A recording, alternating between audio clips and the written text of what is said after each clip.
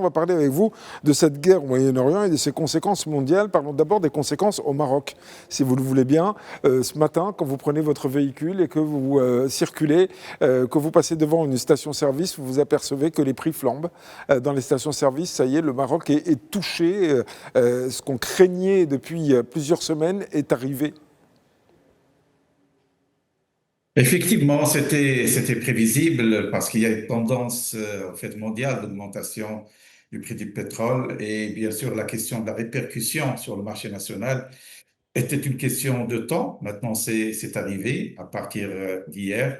Et bien sûr, il faut s'adapter aussi bien au niveau du citoyen parce que c'est vrai que ça touche le pouvoir d'achat, mais également de l'écosystème du transport, mais au-delà, puis bien sûr, le transport aujourd'hui, il est en relation, en fait, avec tout le système de distribution, le système économique, et bien sûr, il faut s'attendre à une répercussion également sur les prix d'autres marchandises qui sont sujettes à du transport. Et donc, bien sûr, c'est un événement marquant de ce début de semaine et qui aura certainement des répercussions. Bien sûr, l'État est interpellé parce que, effectivement, en fait, on a vécu ça dans le passé. Il y a des mesures à prendre, bien sûr, pour soutenir le pouvoir d'achat, notamment via le soutien du secteur du transport. C'est ce qu'on a vécu il y a 3, 4 années. Et peut-être qu'il faut envisager cela parce que sinon, il se pourrait qu'il y ait quand même un impact qui va toucher différents pans de l'économie. Oui. Alors, vous faisiez référence au passé, de la période Covid particulièrement, où effectivement il y avait eu ici au Maroc une inflation qui était quand même assez importante. Alors, les prix ont beaucoup augmenté, mais n'ont jamais baissé. Alors, c'est pas le cas évidemment des carburants, parce que là, ça fluctue en fonction des prix du marché mondial. Mais pour ce qui est du reste des marchandises, et je pense particulièrement aux denrées alimentaires, ça monte, mais ça redescend jamais ou quasiment jamais. Alors là, l'inflation qu'on risque de connaître, ça risque d'être finalement les prix qui vont être appliqués pendant des années encore?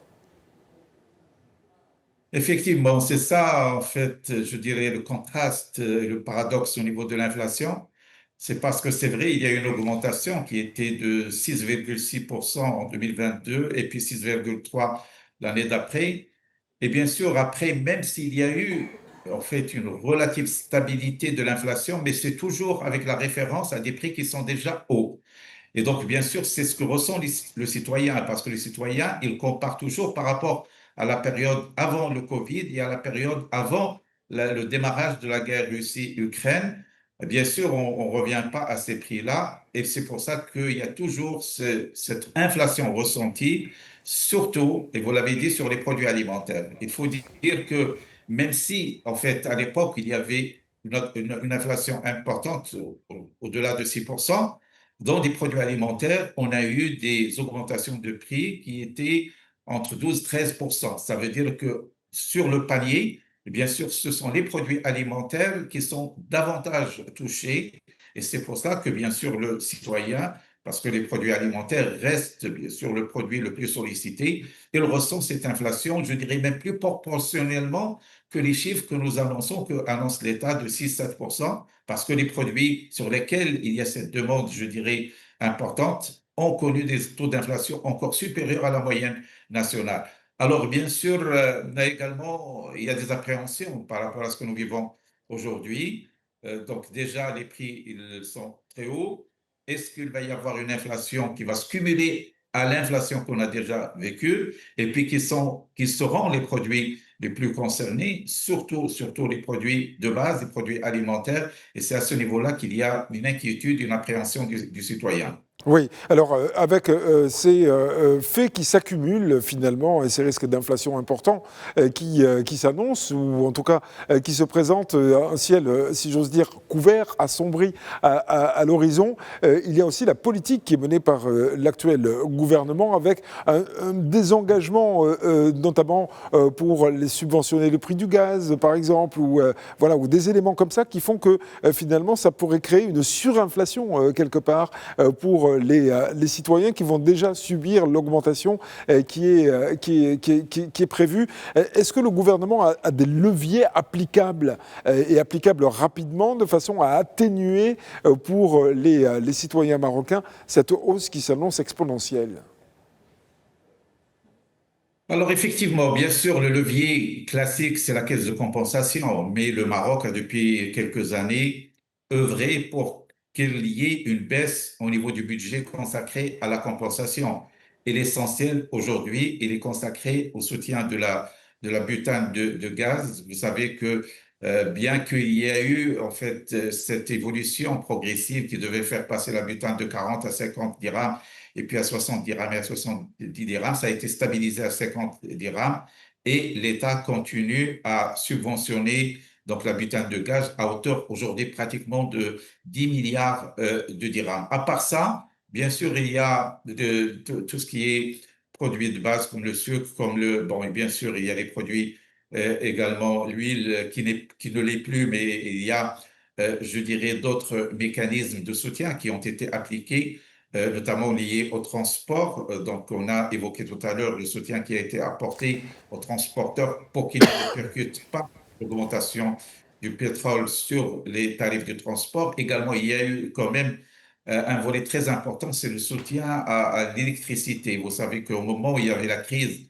entre la guerre en fait Russie-Ukraine, la Russie et l'Ukraine, il y a eu une augmentation du prix de l'électricité à travers le monde. Le Maroc ne l'a pas connu parce que l'État a beaucoup soutenu en fait, le secteur de l'électricité pour maintenir ces tarifs.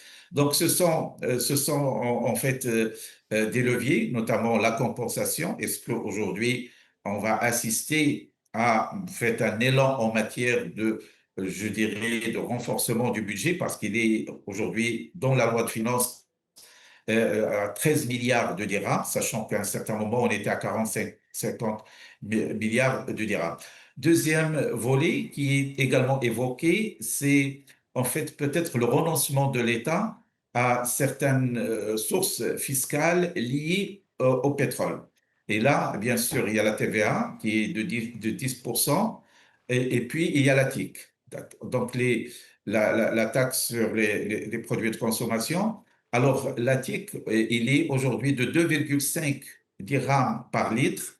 Donc, peut-être que l'État, pour réduire justement l'impact sur les citoyens, il peut consentir une réduction un peu des tarifs fiscaux. Donc, ce sont, je dirais, des leviers, mais je crois qu'il y a une limite. Il y a une limite à ce que peut faire l'État, parce que l'État également, il a des contraintes d'équilibre budgétaire et en fait des équilibres macroéconomiques d'une manière générale, il peut faire un effort pour se tenir, mais ça ne devrait pas aller au-delà en fait du risque de compromettre les équilibres financiers de notre pays, qui, il faut le rappeler, c'est quand même un gage, je dirais, d'image à l'international, d'attrait d'investissement, etc.